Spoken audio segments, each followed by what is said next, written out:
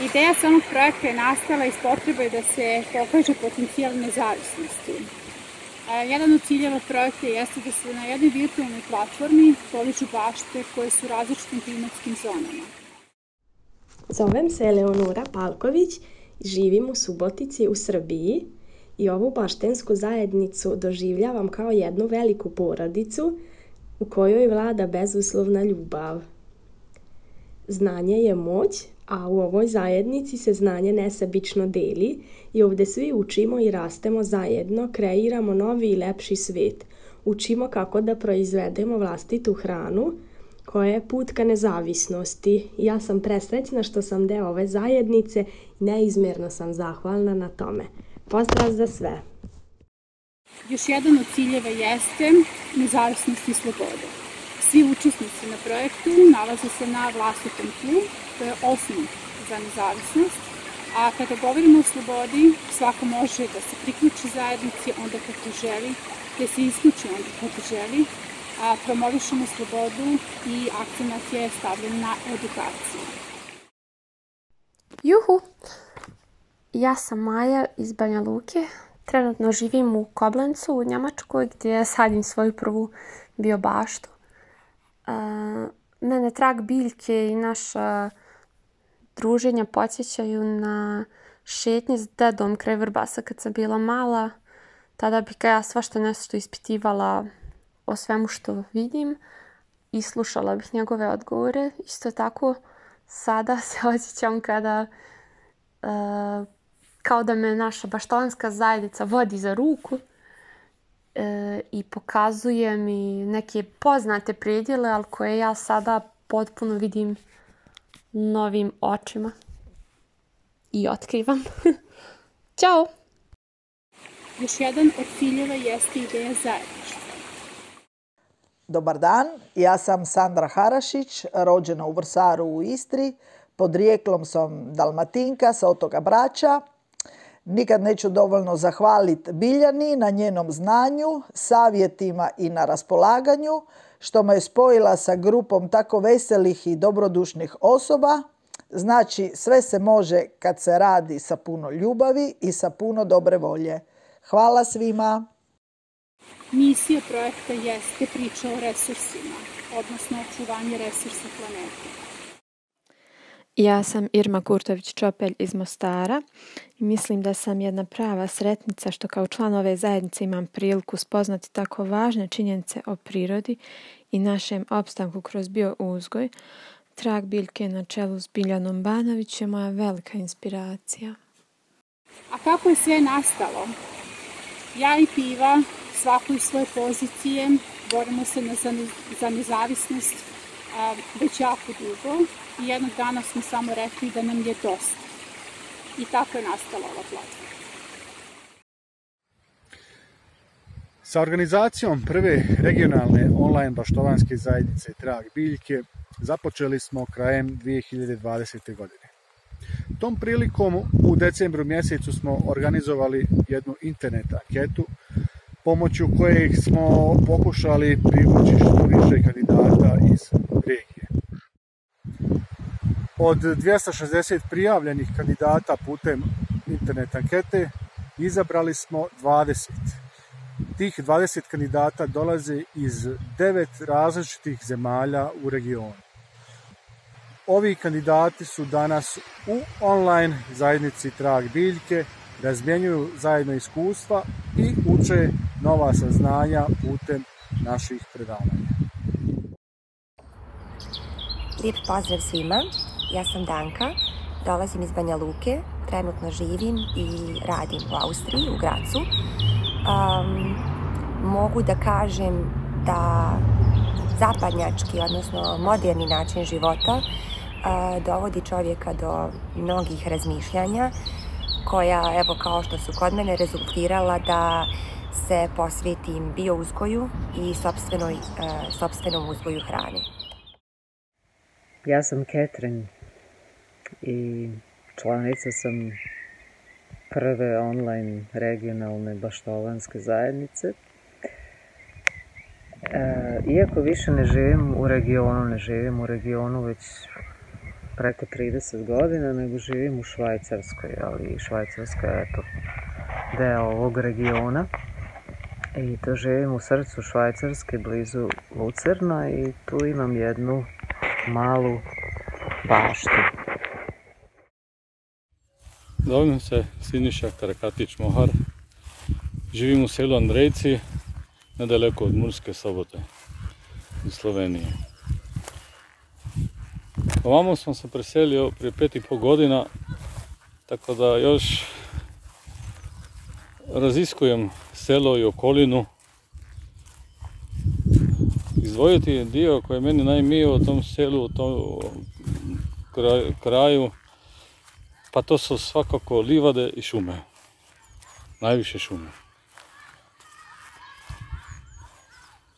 Upoznavajući ljude, upoznavajući okolinu, upoznavajući i način života i rada tu sa zemljom, učim, ali se i nadgrađujem. Sve oko mene su polja gdje se radi na klasičan način sa traktorom, gdje su sve monokulture, a što se i vidi i osjeća na samom tlu.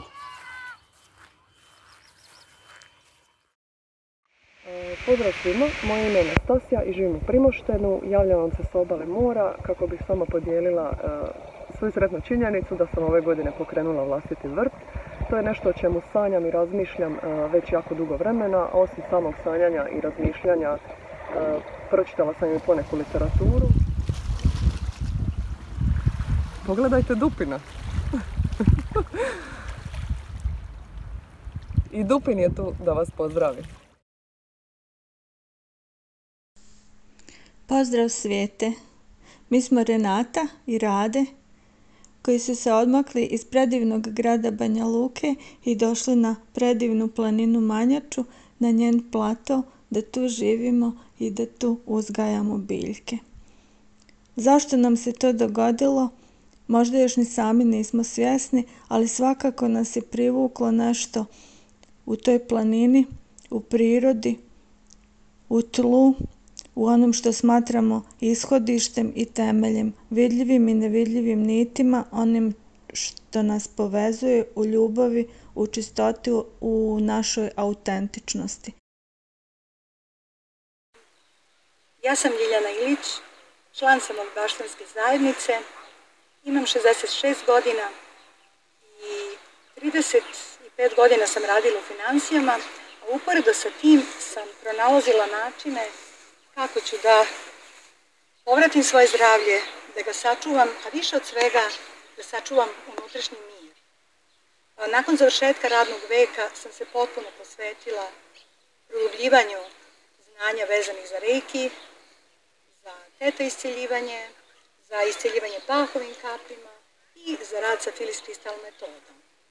Sve te metode mogu pomoći svakom čoveku da postane autentično, zdravo, srećno ljudsko biće koje se oslanja samo na svoj unutrašnji izvor sigurnosti. Zato što zaista samo jednu osobu na svetu možemo promeniti sebe sami.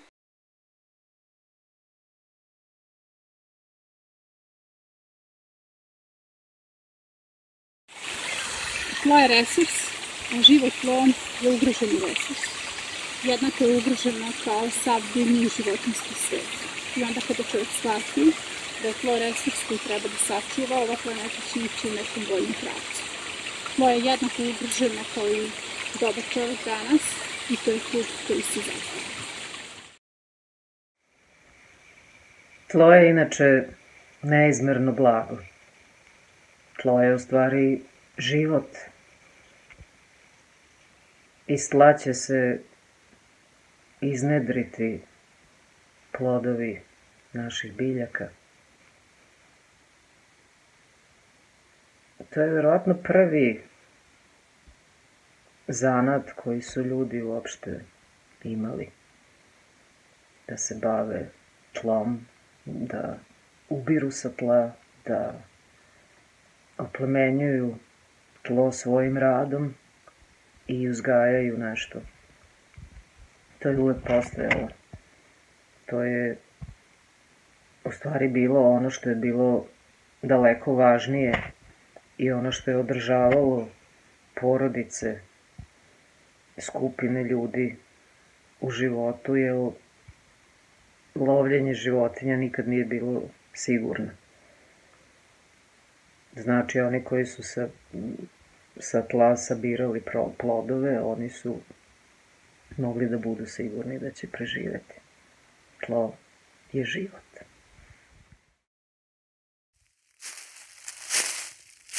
Kad god se pojave problemi, poteškoće, ja odem u šumu potražiti rješenje. Najprije smiriti sebe, a poslije toga prenijeti dio prirodnog procesa nastajanja tla. Bitan dio u mom baštovanju je taj da mogu smanjiti utjecaj mog dejstvovanja u prirodi, ostaviti što manji trag mog djela, mojih postupaka na prirodan potjek svega. Želja da se sve što je vezano na tlo vrati natrag u taj prirodni proces bez nekih hemijskih sredstava, bez nekih, da tako kažem, silovanja prirode, da se prepusti prirodi da uradi svoje. Šta je za mene tlo od presudne važnosti za čovjeka?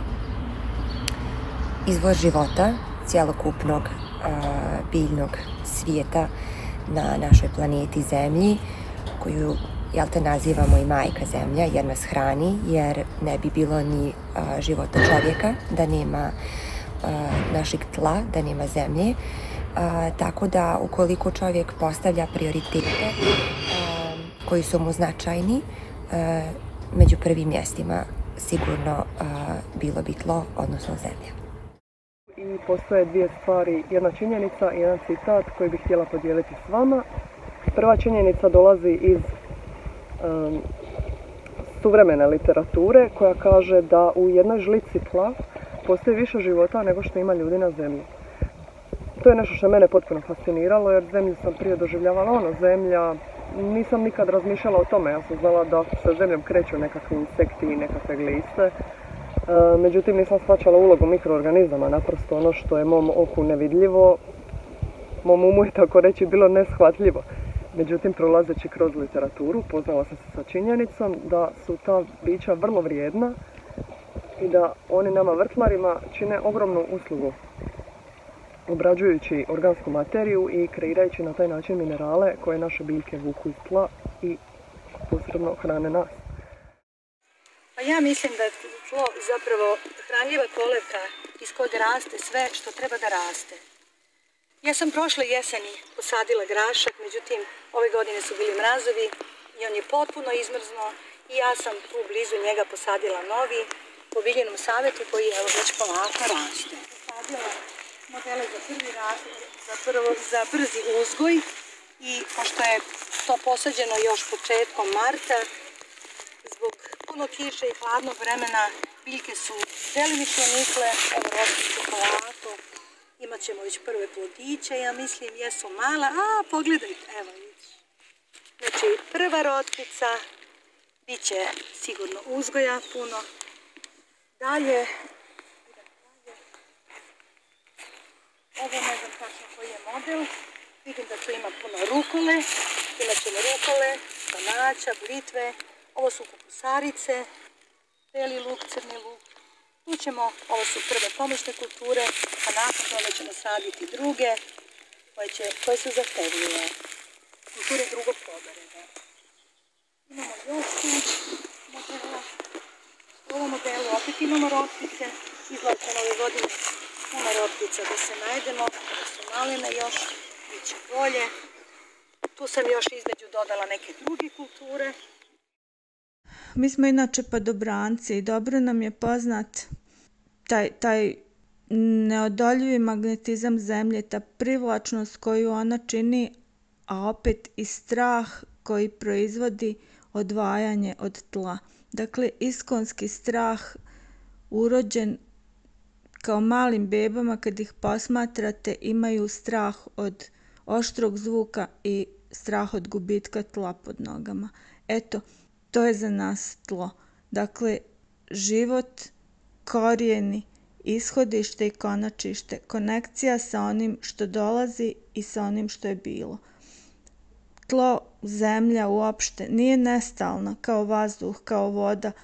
Ona uliva sigurnost, oslonac, ali mi imamo potrebu da se odvojimo i da poletimo, da vidimo tu magnetsku privlačnost, da je osjetimo i da je ponovo sa što većim žarom doživimo. Sreća je neopisiva. Jednako je tako zaroniti svoje prstiće u zemlju i osjetiti da ona živi, da ona diše, da je u njoj milion malih bića koji čine da drvo postane tako snažno i tako moćno, tako neodoljivo svim ovim vjetrovima, na svim ovim vjetrometinama koje nas šibaju. Onda shvatimo da smo sitna ljudska bića u odnosu na jedno ogromno drvo, ali to drvo počiva na zemlji.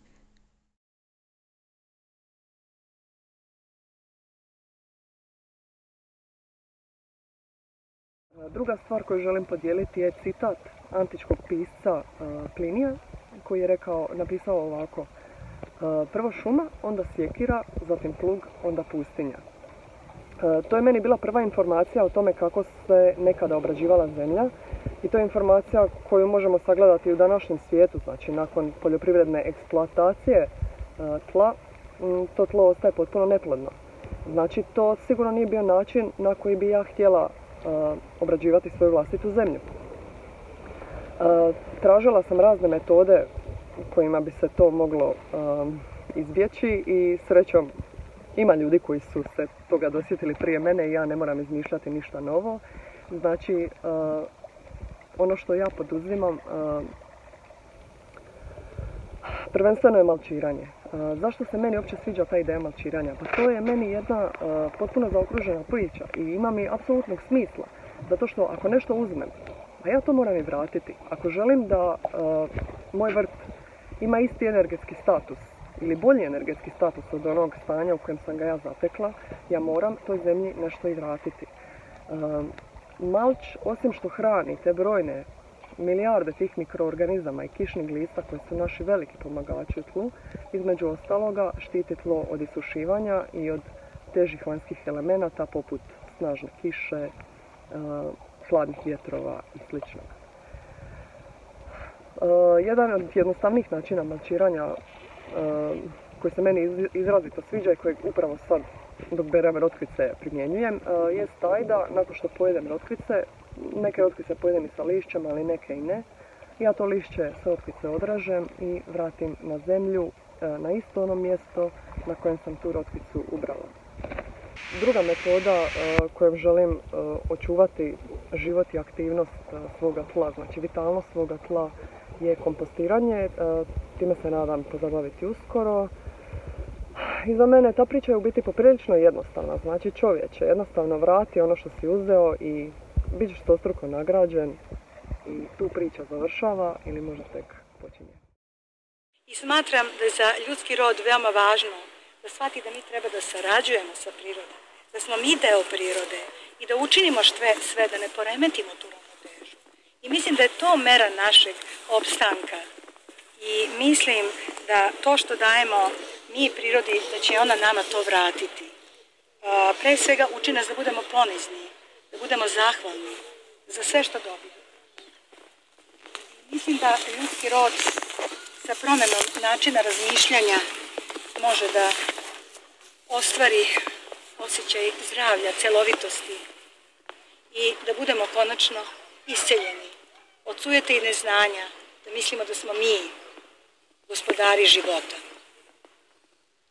Postoji neki mnogo veći zakon iznad nas. Svi smo deo njega i on je deo nas. Što više toga postanemo svesni, mislim da će to biti dan istinskog buđenja. Da bismo znali gdje smo, Moramo znati kuda smo pošli i kako se ponašamo. Da li letimo, gazimo, da li čvrsto stojimo na zemlji ili možda pužemo ili gmižemo. Ovo su jasno metafore, ali dovoljno jake da se shvati čovjekov odnos prema planeti, prema majci, prema tlu. Najlakše je zagnjuriti glavu u pijesak, u vodu, biti neinformisan, nezainteresovan, nekulturan, širiti kese i etikete. Ponosni smo kad kažemo da čvrsto stojimo na zemlji, ali to nije dovoljno. Ne možemo samo stajati. Kretanje je naša suština. Čvrsto stajati na stavovima neodrživog, nečeg što je ustanovljeno prije 50 do 100 godina, nije pametno. Sami smo se zapitali da li ćemo se osvrtati i stiditi se onog što ostavljamo pokoljenjima. Zašto vjerujemo da ćemo, trujući zemlju, imati zdravu vodu i vazduh? Zašto mislimo da ćemo, trujući zemlju, vodu i vazduh, ne biti alergični? Slušamo mlade roditelje kad dijete upozoravaju: nemoj to da diraš, možda si alergičan. Nije više pitanje da li si alergičan, nego možda si alergičan. 13-godišnjakinja vrišti kad joj bubica sleti na rukav: uješće me! Niko joj nije objasnio da je bubica letjela, umorila se i sletjela. Tu je da se odmori. Nije ona njen predmet pažnje i da je neće ubiti. Pa zašto onda treba ubiti? Trebali bismo se malo izdići i poletjeti.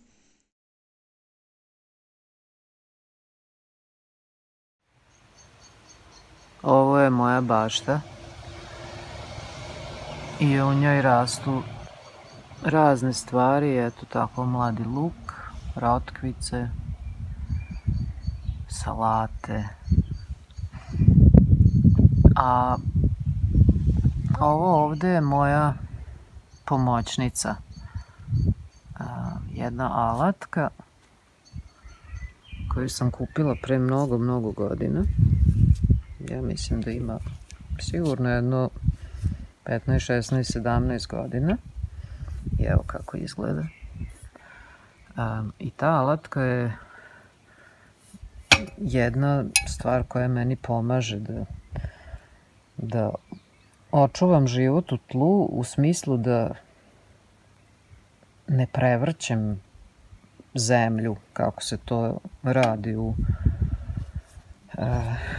većini slučajeva, nego zabodem ovo i malo okrenem i onda se ta zemlja jednostavno malo prozrači, otvori i tako dalje, ali ne preturam tim životinjama i organizmima koji su u zemlji njihovu kuću.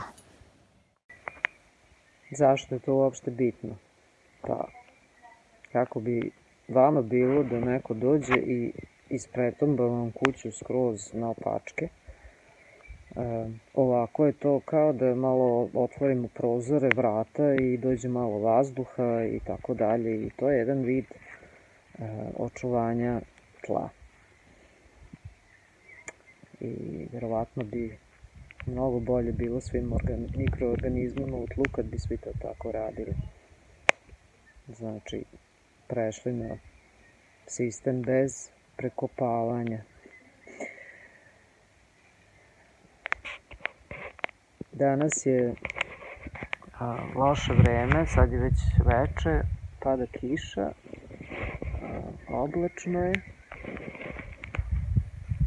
i nije baš kao neko vreme za baštu, ali svejedno ja dođem da pozdravim moje biljke. A ovakav dan, kad je ovako loše vreme, može da se iskoristi također za baštu u nekom drugom smislu. Može da se nešto planira. Sad ću vam pokazati moj plan. Ovo je moj plan. To je mojih 10 kvadrata bašte koje sam podelila u principu u krugove. I onda sam tako kako sam nešto sejala ili sadila, upisala šta je to bilo i kog datuma sam to radila.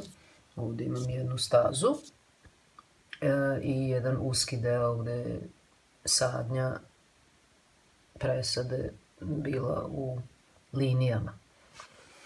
Eto tako može da se pravi jedan vizualni plan, dnevnik bašte, kada je loše vreme. Za očuvanje tla trudim se i ne koristim nikakve hemijska sredstva, koliko za prskanje voćki, koliko za prskanje po bašti. Za malčiranje, koje prakticiram već duže vreme, upotrebljavam travu koju pokosim na našim livadama, u našem voćnjaku. Tu travu pustim da raste duže, da se razvijaju i formiraju cvjetovi i semena, da bude za sljedeću sezonu. A samim time da je trava veća, bolji mi je malč. Isto tako sam se priključio jednom projektu u okviru našeg parka Goričko, u okviru kojeg smo posadili 161 sadnicu žbunja, drveća, voćki, da se formira živa granica međa kojih je nekada puno bilo u našem kraju. Modernim načinom obrađivanja polja te međe postale su prepreka, pa su ih uklonili. A samim uklanjanjem tih međa nestalo je i mnogo ptica jer nisu imali gdje gnezdit. Nestalo je mnogo manjih životinja jer nisu imali gdje domovati. Tom sadnjom, nadam se, pomognut ću i pticama i manjim divnim životinjama da opet formiraju domove kako što su nekad radile. A i tim žbunjem i tim drvećem dobit će i tlo na svoje valjanosti, na svojoj kakvoći.